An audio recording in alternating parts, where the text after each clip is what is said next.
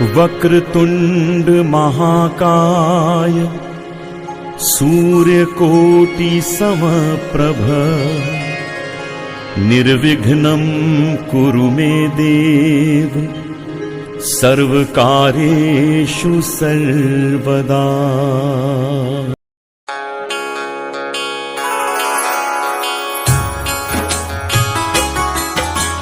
सुबह सवेरे लेकर तेरा नाम प्रभु करते हैं हम शुरू आज का काम प्रभु। सुबह सवेरे लेकर तेरा नाम प्रभु करते हैं हम शुरू आज का काम प्रभु। करते हैं हम शुरू आज का काम प्रभु।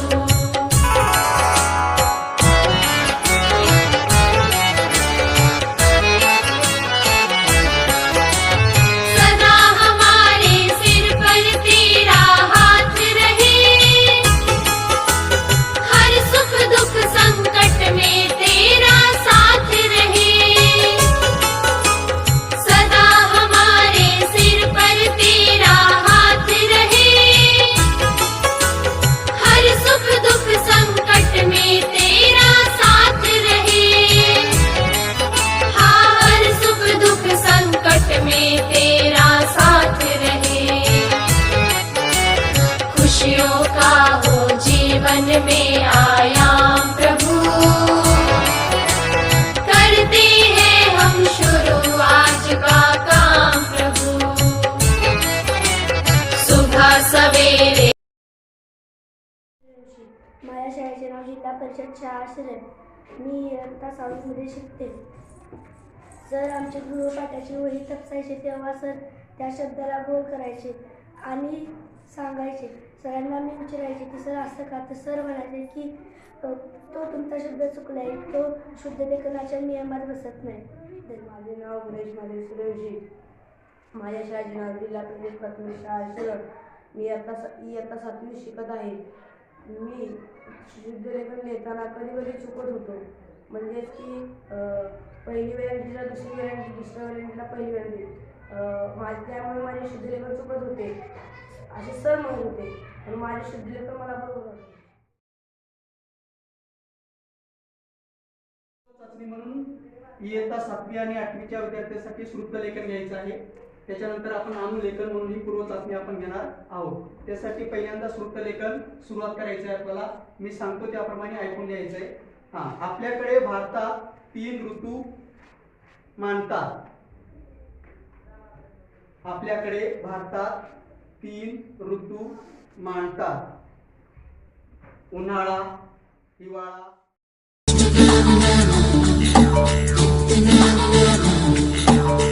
सवेरे सवेरे यारों से मिलने बन ठन के निकले हम.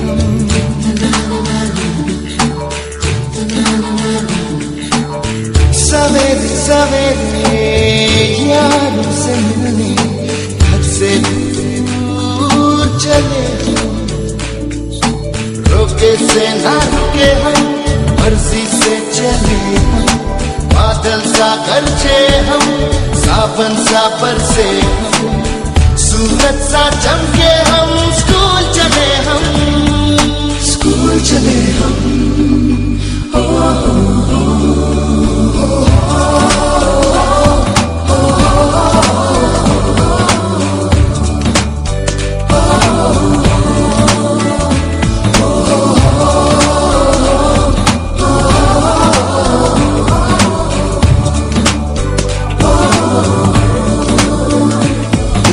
दरवाजे से दुनिया के राज खुलते हैं.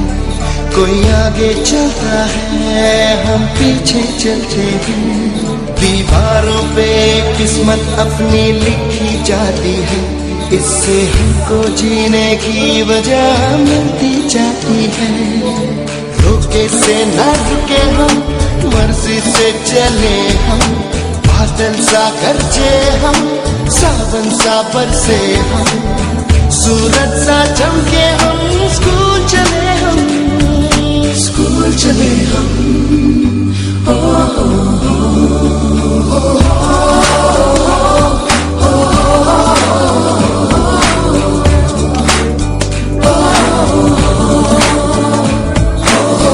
ते द आहे आणि याला उकार आहे, म्हणून विसर्गाच्या अगोदरच्या अक्षराला जर उकार येत असेल तर तो आपण नेहमी ऱ्हस्व लिहायचा आहे, म्हणून इथं द ला हा उकार ऱ्हस्व दिलेला.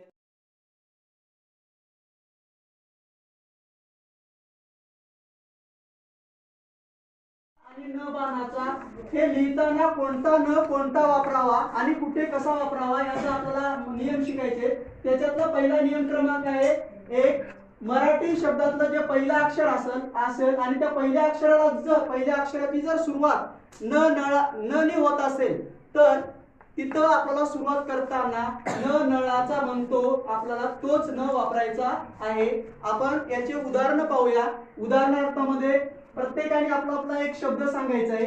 न वरून सुरुवात होणारा शब्द जे की ज्याची सुरुवात न या अक्षरापासून होते. हा यज्ञ.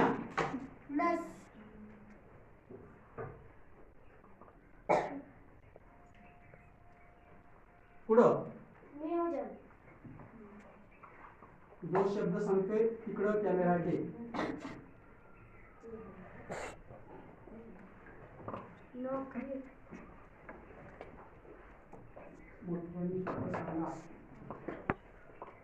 नवरत्न.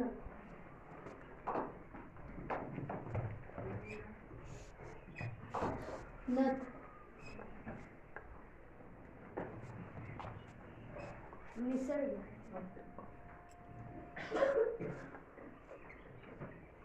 निरीक्षण.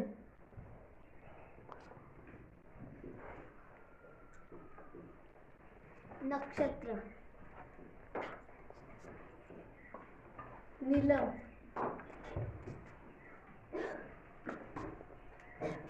माती. नेत्र.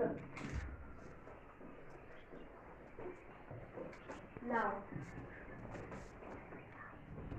नकाशा.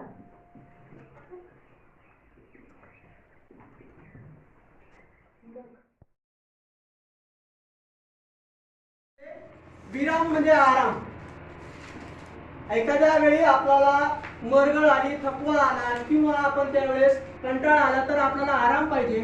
तसंच मराठी भाषेमध्ये सुद्धा आपल्याला वाचताना लिहिताना आपल्याला थोडासा विश्रांतीची गरज असते आणि त्या विश्रांतीलाच आपण काय म्हणतो, विराम म्हणतो किंवा आराम म्हणतो. आणि त्याच्यासाठी जे चिन्ह वापरलं जातं त्याला विराम चिन्ह असं म्हणतात. विराम चिन्हाचे एकूण 10 प्रकार आहेत.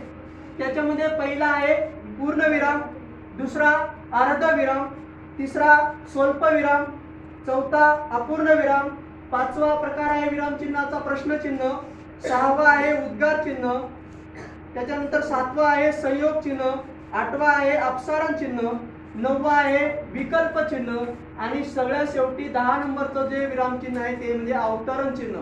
आणि अवतरण चिन्हामध्ये 2 प्रकार पडतात, एक एकेरी अवतरण चिन्ह आणि दुसरं दुहेरी अवतरण चिन्ह. असे एकूण 10 प्रकार आहेत. ते 10 प्रकार आपल्याला शिकायचे आहेत.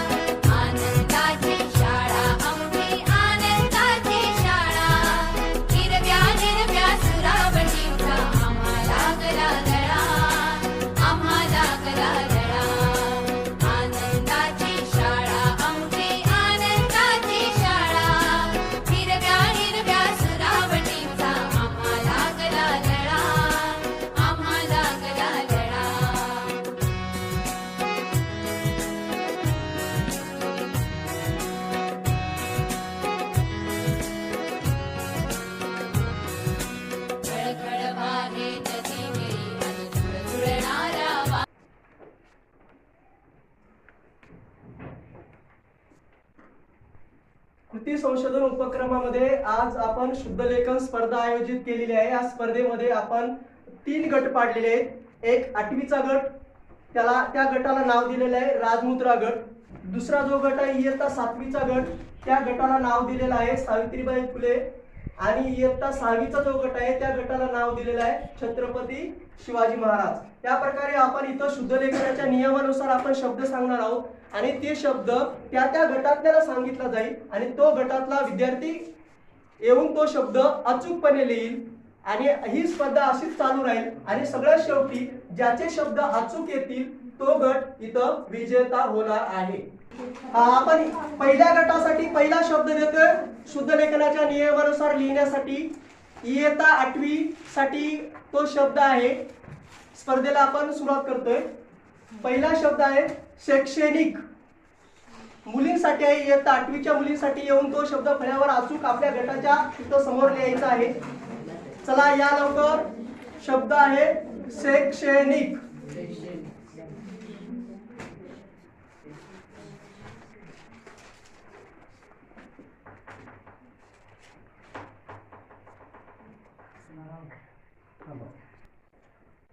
अस्पृश्य निर्भयी.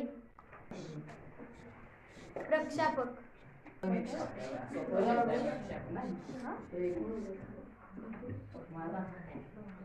मोठ्याने. प्रित्यर्थ.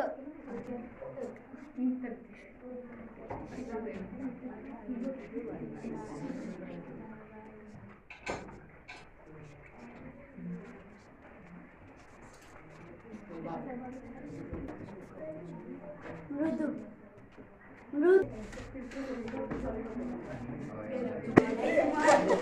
निशुल्क. निशुल्क.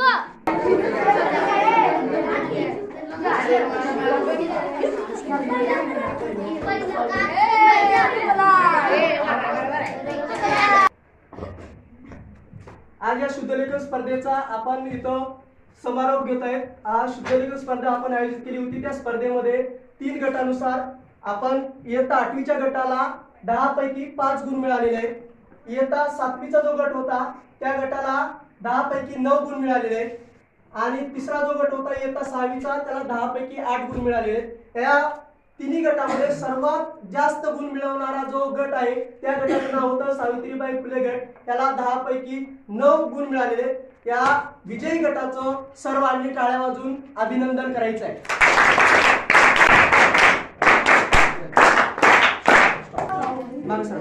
इथे या इकडे इकडे झाकून जाऊ देऊ नका. इयत्ता 7वीच्या गटासाठी म्हणजे सावित्रीबाई फुले गट विजयी गटासाठी मी बक्षीस म्हणून इयत्ता 7वी चालू बक्षीस त्याला देण्यात येत आहे. सगळ्यांनी काय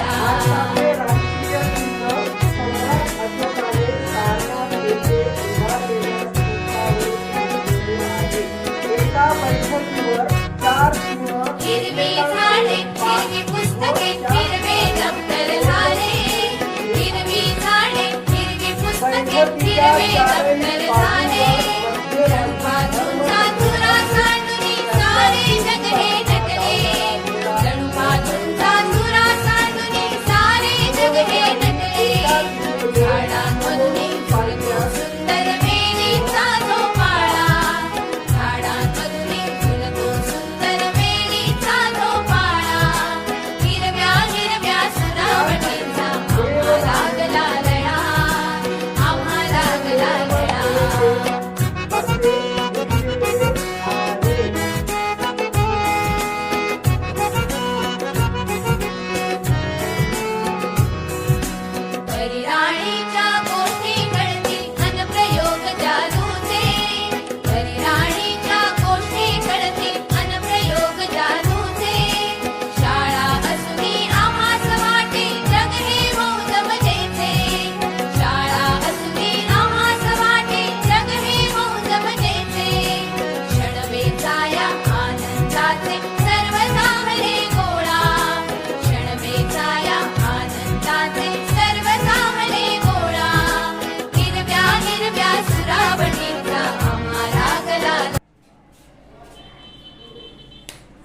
नाव आर्या हरिबा सुरेश.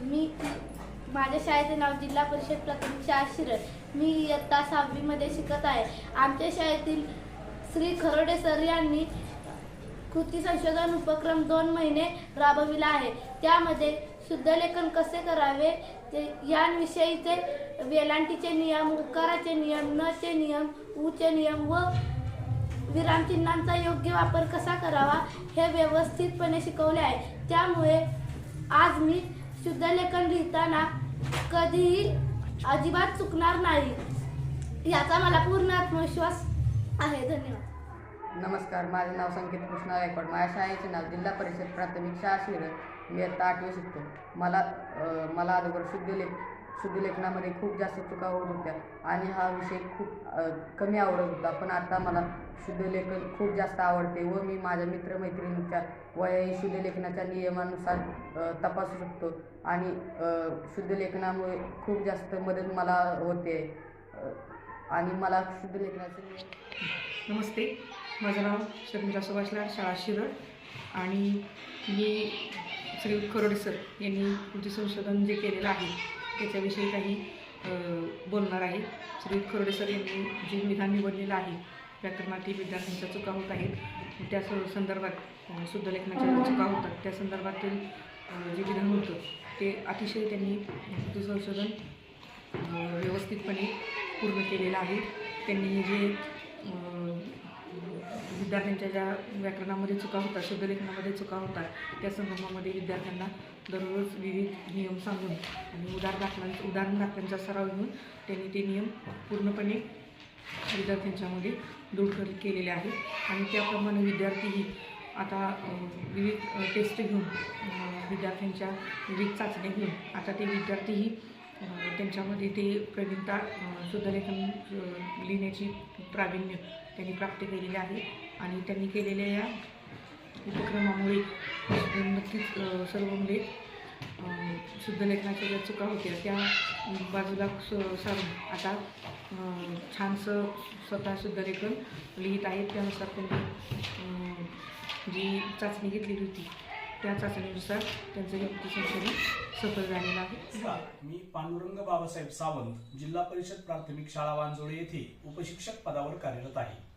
शैक्षणिक वर्ष 2024-25 मधील कृती संशोधन उपक्रमासाठी मारुतर्फ पाटण केंद्रात तज्ज्ञ मार्गदर्शक म्हणून मी काम पाहत आहे.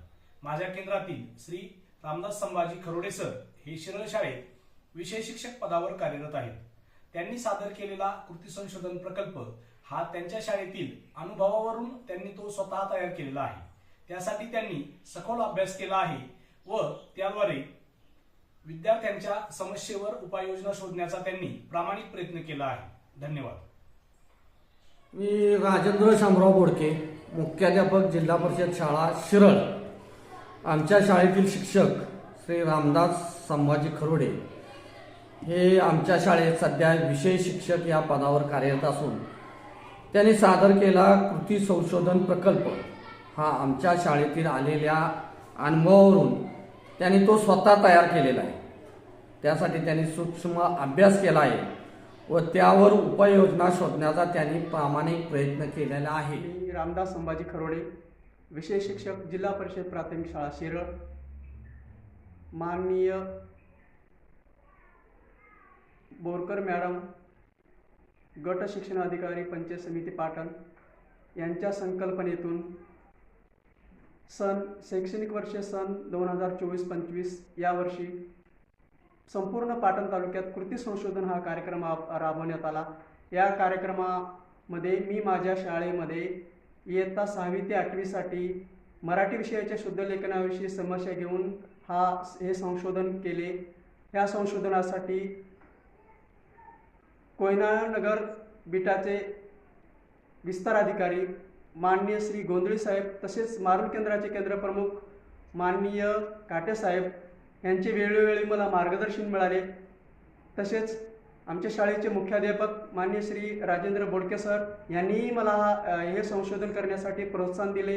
ह्या संशोधनासाठी आमच्या शाळेतील माझे सहकारी श्रीमती लाड मॅडम, श्री केंगार सर, सौ सूर्यवंशी मॅडम, सौ बागुल मॅडम यांचेही सहकार्य मिळाले. तसेच हा उपक्रम हे संशोधन राबवत असताना मला सुलभक म्हणून आमच्या शाळेच्या श्रीमती लाड मॅडम आणि वांजोळे शाळेचे श्री सावंत सर यांचेही मोलाचे मार्गदर्शन मिळाले. त्यामुळे मी हा उपक्रम माझ्या शाळेमध्ये दिनांक 6 जानेवारी ते 6 मार्च 2025 असा 2 महिने राबविला. या उपक्रमातून आमच्या शाळेतील विद्यार्थ्यांची प्रगती दिसून आली किंवा झाली. यासाठी आमच्या शाळेतल्या इयत्ता 6वी ते 8वीच्या विद्यार्थ्यांनी सुद्धा उत्स्फूर्तपणे सहभाग नोंदवला आणि मनापासून हा उपक्रम घेतला. त्याबद्दल त्यांचेही मी मनापासून स्वागत करतो. तसेच